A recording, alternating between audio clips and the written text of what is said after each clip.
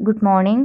അപ്പോൾ കഴിഞ്ഞ വീഡിയോയിൽ നമ്മൾ ഡിസ്കസ് ചെയ്തിട്ടുണ്ടായിരുന്നത് ഒരു ഗുഡ് പ്രോഗ്രാമിംഗ് ലാംഗ്വേജിന് വേണ്ട ബേസിക് ആയിട്ടുള്ള ക്യാരക്ടറിസ്റ്റിക്സ് ആയിരുന്നു. അപ്പോൾ നമ്മൾ കുറേ ക്യാരക്ടറിസ്റ്റിക്സ് ഒക്കെ ഡിസ്കസ് ചെയ്തു, നിങ്ങൾക്ക് മനസ്സിലായിട്ടുണ്ടാവും എന്ന് വിചാരിക്കുന്നു. ഇന്ന് നമ്മൾ പറയാനായിട്ട് പോണത് കമ്പ്യൂട്ടർ ഓർഗനൈസേഷൻ ആണ്. ഓക്കെ, അതായത് കമ്പ്യൂട്ടറിൻ്റെ ഒരു ആർക്കിടെക്ചറാണ് നമ്മൾ ഇന്ന് പറയാനായിട്ട് പോണത്. നമ്മൾ കമ്പ്യൂട്ടർ എന്താന്ന് പറഞ്ഞു, കമ്പ്യൂട്ടർ ഇലക്ട്രോണിക് ഡിവൈസ് ആണ്. ലൈക്ക് എന്തിനു വേണ്ടിയിട്ടുള്ള ഡാറ്റേനെ പ്രോസസ്സ് ചെയ്യാൻ വേണ്ടിയിട്ടുള്ള ഒരു ഇലക്ട്രോണിക് ഡിവൈസ് ആണ് കമ്പ്യൂട്ടർ എന്നൊക്കെ നമ്മൾ പറഞ്ഞു അല്ലേ. അതിന് ഒരുപാട് input devices, output devices, central processing unit, ഇതൊക്കെ കൂടി ചേർന്നതാണ് ആക്ച്വലി ഒരു കമ്പ്യൂട്ടർ എന്ന് പറഞ്ഞാൽ. അപ്പോൾ കമ്പ്യൂട്ടറിൻ്റെ ആർക്കിടെക്ചർ അത് ആദ്യകാലത്ത് കമ്പ്യൂട്ടർ ഇൻവെൻറ്റ് ചെയ്ത സമയങ്ങളിൽ തന്നെ കമ്പ്യൂട്ടറിൻ്റെ ആർക്കിടെക്ചർ എങ്ങനെ ആയിരിക്കണം എന്നുള്ളതിനെ പറ്റിയിട്ടൊക്കെ സ്റ്റഡിയും കാര്യങ്ങളൊക്കെ നടന്നിട്ടുണ്ടായിരുന്നു. അങ്ങനെ വോൺ ന്യൂമാൻ എന്ന് പറയുന്ന സയൻറ്റിസ്റ്റ് ആണ് ഈ ഒരു കമ്പ്യൂട്ടറിൻ്റെ കറക്റ്റ് ഒരു ആർക്കിടെക്ചർ ആദ്യമായിട്ട് ഡെവലപ്പ് ചെയ്ത ആളാണ് വോൺ ന്യൂമാൻ എന്ന് പറയുന്ന സയൻറ്റിസ്റ്റ്. അതുകൊണ്ട് തന്നെ നമ്മളുടെ കമ്പ്യൂട്ടർ ആർക്കിടെക്ചറിനെ വോൺ ന്യൂമാൻ മോഡൽ അല്ലെങ്കിൽ വോൺ ന്യൂമാൻ ആർക്കിടെക്ചർ എന്നാണ് പേര് കൊടുത്തിട്ടുള്ളത്. അതിനുള്ള കാരണം അദ്ദേഹമാണ് കമ്പ്യൂട്ടറിൻ്റെ ആർക്കിടെക്ചർ കൺസ്ട്രക്ട് ചെയ്തത്. ഓക്കെ, അതുകൊണ്ടാണ് ആ ഒരു നമ്മുടെ കമ്പ്യൂട്ടറിൻ്റെ ആർക്കിടെക്ചറിന് അദ്ദേഹത്തിൻ്റെ പേര് കൊടുത്തത്. ഇനി നമുക്കതിൻ്റെ ജസ്റ്റ് ഒരു ഹിസ്റ്ററിയിലോട്ട് പോവാം. 1945 വോൺ ന്യൂമാൻ എന്ന് പറയുന്ന സയൻറ്റിസ്റ്റ് ആണ് കമ്പ്യൂട്ടർ ആർക്കിടെക്ചർ ഡിസൈൻ ചെയ്തിട്ടുണ്ടായിരുന്നത്. അതുകൊണ്ട് തന്നെ ഇതിനെ നമ്മൾ വോൺ ന്യൂമാൻ ആർക്കിടെക്ചർ എന്നാണ് പറയുന്നത്. ഇതിൽ ഒരുപാട് യൂണിറ്റുകൾ അദ്ദേഹം മെൻഷൻ ചെയ്തിട്ടുണ്ട്. നമ്മുടെ കമ്പ്യൂട്ടറിൻ്റെ ഓപ്പറേഷൻസിനെ, കമ്പ്യൂട്ടറിൻ്റെ ഇൻപുട്ട് ഔട്ട്പുട്ട് ഡിവൈസസിനെ, CPU-നെ ഒക്കെ കൂടെ ഒന്നിച്ചിട്ട് ഒരൊറ്റ സിംഗിൾ ഡയഗ്രാം ആക്കി റെപ്രസെൻറ്റ് ചെയ്തു. അതാണ് ഈ ഒരു മോഡൽ. ആ മോഡലിൻ്റെ പേര് അദ്ദേഹത്തിൻ്റെ പേരിൽ നിന്നാണ് വന്നത്. ഇതിൽ control unit, arithmetic and logic unit, അതേപോലെ തന്നെ രജിസ്റ്റേഴ്സ്, ഇൻപുട്ട് ഔട്ട്പുട്ട് യൂണിറ്റ്, ഇതെല്ലാം ഇൻക്ലൂഡ് ചെയ്യിപ്പിച്ചിട്ടാണ് അദ്ദേഹം ആ ഒരു ഡയഗ്രാം കൺസ്ട്രക്ട് ചെയ്തിട്ടുണ്ടായിരുന്നത്. ഓക്കെ, നമ്മൾ ഇന്ന് പഠിക്കാനായിട്ട് പോകുന്നത് ആ ഒരു വോൺ ന്യൂമാൻ ആർക്കിടെക്ചറാണ്. ഓക്കെ, അപ്പോൾ ഈ വോൺ ന്യൂമാൻ ആർക്കിടെക്ചറിൻ്റെ ഒരു ഡീറ്റെയിൽഡ് ആയിട്ട് നമ്മൾ പറയുകയാണെങ്കിൽ ഇന്നത്തെ ഡിസൈനിങ്ങുമായിട്ട് അല്ലെങ്കിൽ ഇന്ന് നമ്മൾ ഉപയോഗിക്കുന്ന കമ്പ്യൂട്ടേഴ്സുമായിട്ട് നോക്കുകയാണെങ്കിൽ ചെറിയ ചെറിയ മൈനർ ഡിഫറൻസസ് ഒക്കെ ഉണ്ട്.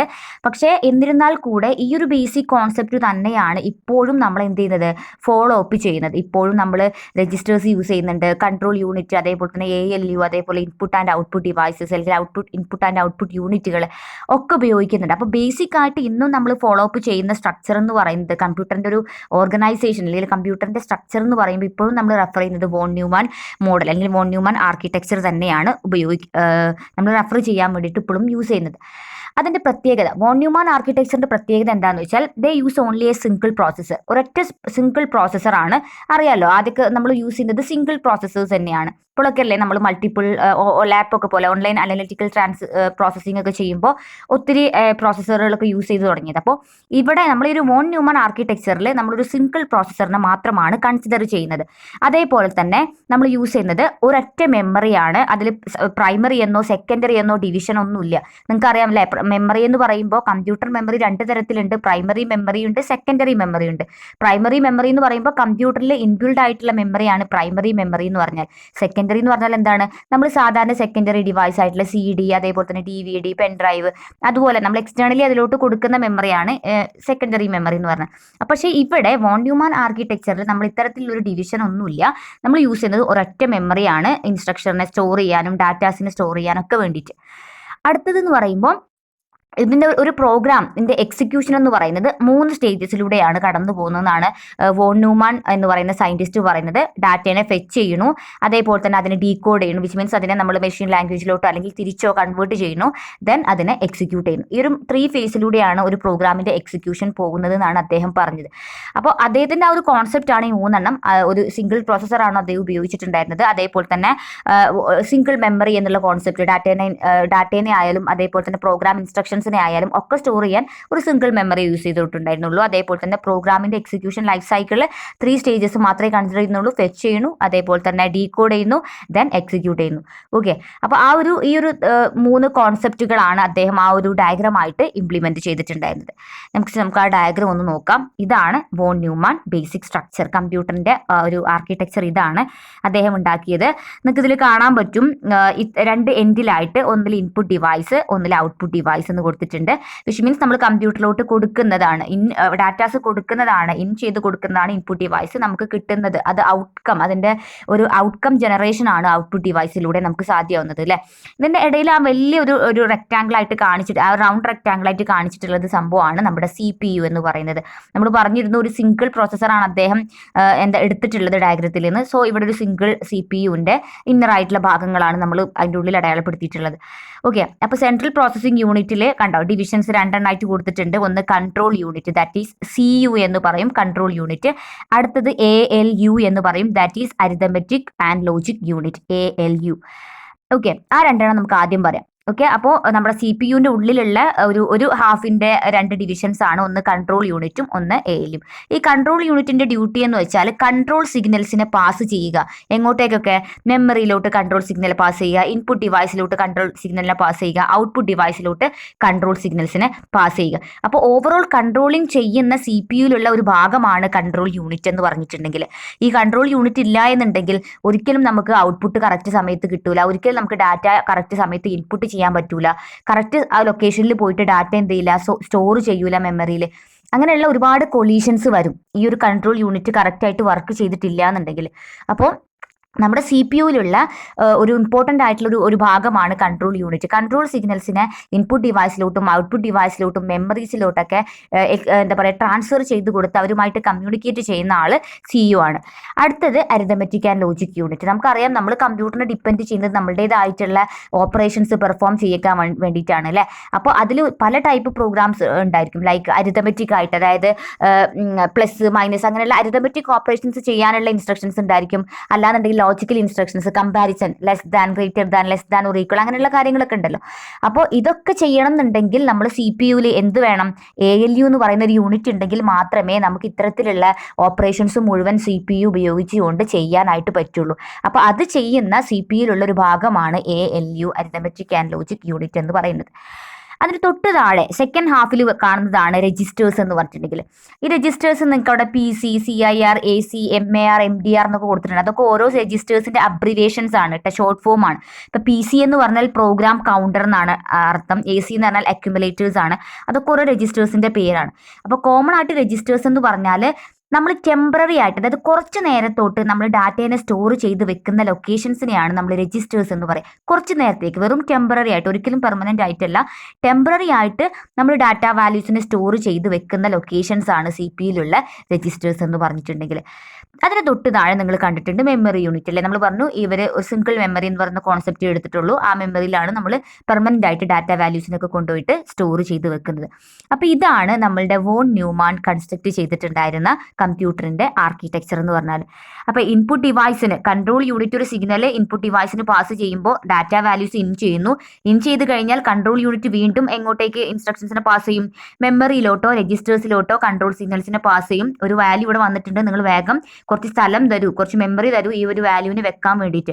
സോ മെമ്മറിയോ അല്ലെങ്കിൽ രജിസ്റ്റേഴ്സോ എന്ത് ചെയ്യണു? ഒരു പെർട്ടിക്കുലർ സ്പേസ് കൊടുക്കണു. അവിടെ വന്നിട്ട് ഇപ്പോൾ ഞാൻ എൻ്റർ ചെയ്ത 10 എന്ന് പറയുന്ന വാല്യൂ ആണെങ്കിൽ അത് അവിടെ സ്റ്റോർ ചെയ്യണു. ദെൻ വീണ്ടും ഞാൻ അടുത്ത കൺട്രോൾ സിഗ്നൽസ് പാസ് ചെയ്യുമ്പോൾ അടുത്ത വാല്യൂ കീബോർഡിൽ നിന്നും 5 ആണ് വരുന്നതെങ്കിൽ 5 വരുന്നു. വീണ്ടും കൺട്രോൾ യൂണിറ്റ് കൺട്രോൾ സിഗ്നൽസിനെ എങ്ങോട്ടേക്ക് മെമ്മറിയിലോട്ടോ രജിസ്റ്റേഴ്സിലോട്ടോ പാസ് ചെയ്യണു. വീണ്ടും നമുക്കൊരു പെർട്ടിക്കുലർ ലൊക്കേഷൻ കിട്ടണു, അവിടെ 5 കൊണ്ടുപോയി വെക്കണു.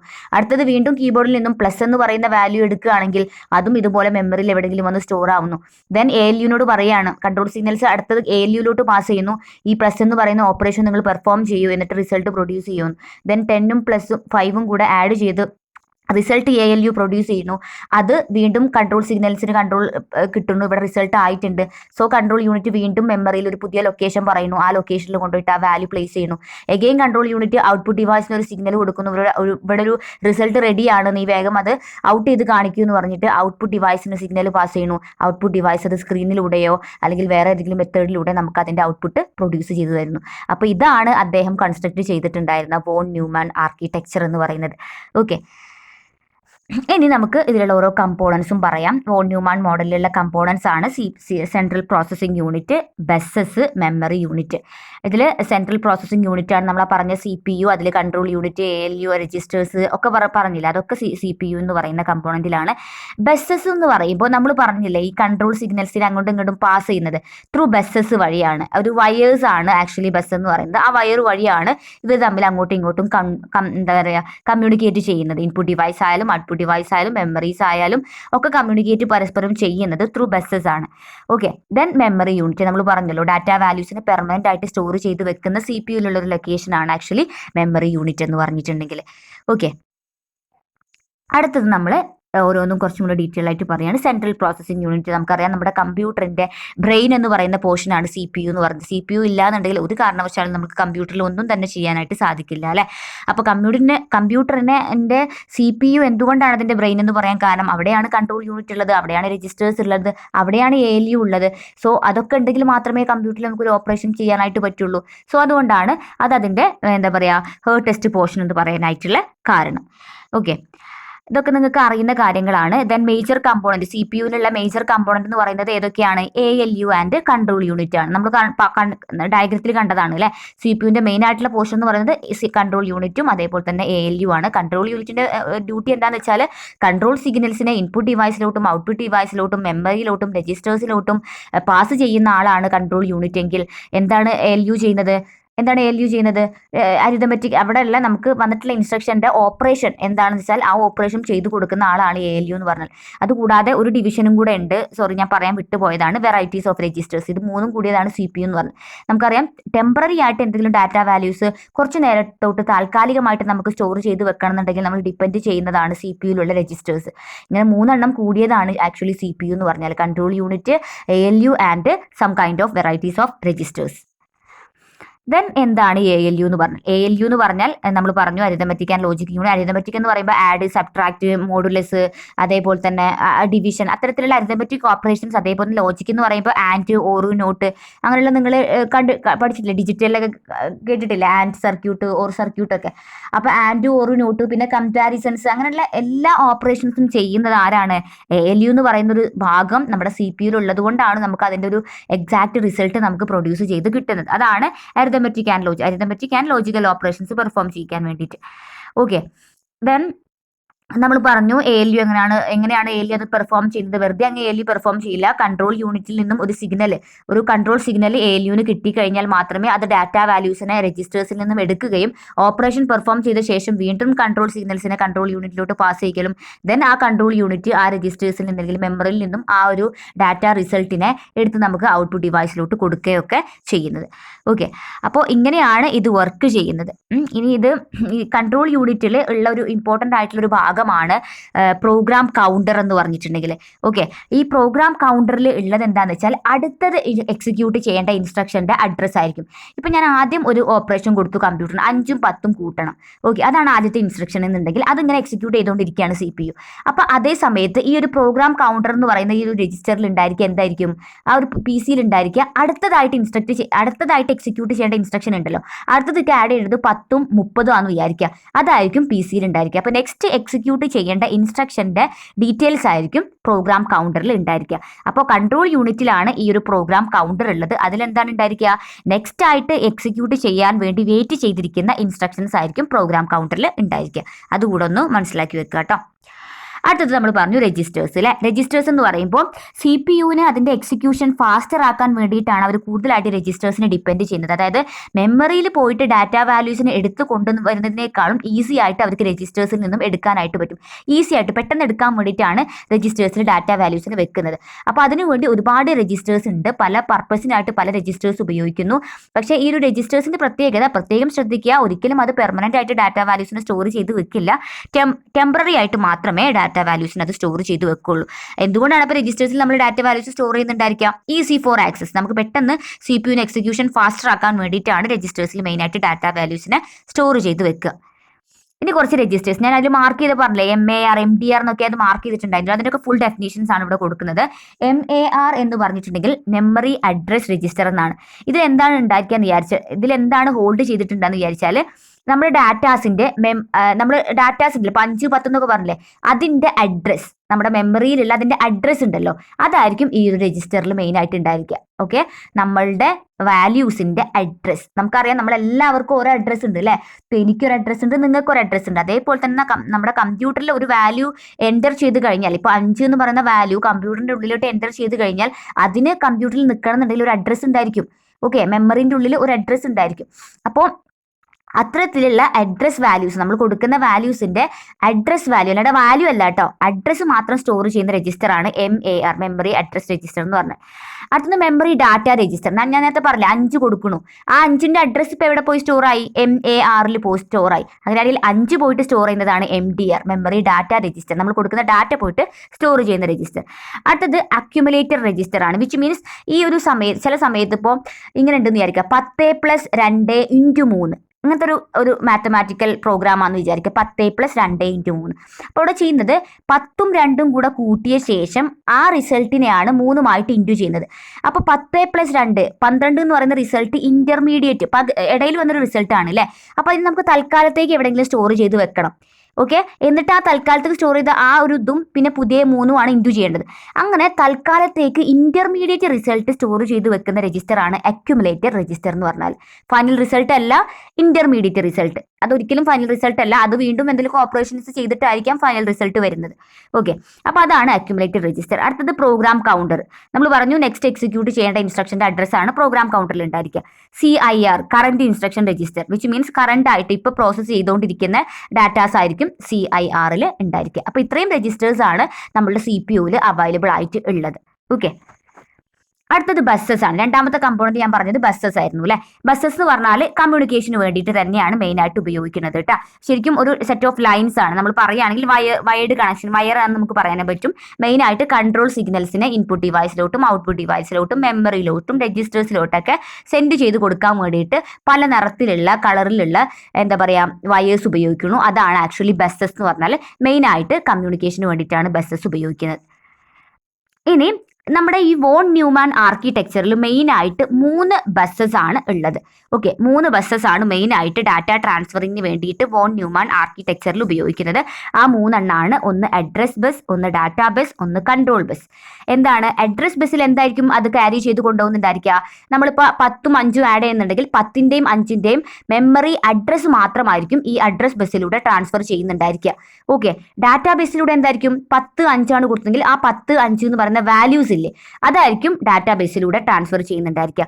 കൺട്രോൾ ബസ് എന്ന് വെച്ചാൽ നമ്മൾ പറഞ്ഞില്ലേ, കൺട്രോൾ സിഗ്നൽസ്, കൺട്രോൾ യൂണിറ്റ് കൊടുക്കുന്ന കൺട്രോൾ സിഗ്നൽസ് ആയിരിക്കും കൺട്രോൾ ബസ്സിലൂടെ ട്രാൻസ്ഫർ. അപ്പോൾ 3 ബസ്സും 3 ഡിഫറെന്റ് കളേഴ്സ് ആയിട്ടാണ് ആ വയേഴ്സ് നമുക്ക് അവൈലബിൾ ആവുക. 3ലും ക്യാരി ചെയ്യുന്നത് 3 ഡിഫറെന്റ് കൈൻഡ്സ് ഓഫ് ഇൻഫോർമേഷൻ ആണ്. ഒന്നിൽ അഡ്രസ് ആണെങ്കിൽ ഒന്നിൽ ഡാറ്റയാണ്, ഒന്നിൽ ഡാറ്റ ആണെങ്കിൽ ഒന്നിൽ എന്താണ് കൺട്രോൾ സിഗ്നൽസ് ആണ്. ഈ 3 ബസ്സസ് ആണ് ആക്ച്വലി നമ്മൾ വോൺ ന്യൂമാൻ ആർക്കിടെക്ചറിൽ ഉപയോഗിക്കുന്നത്.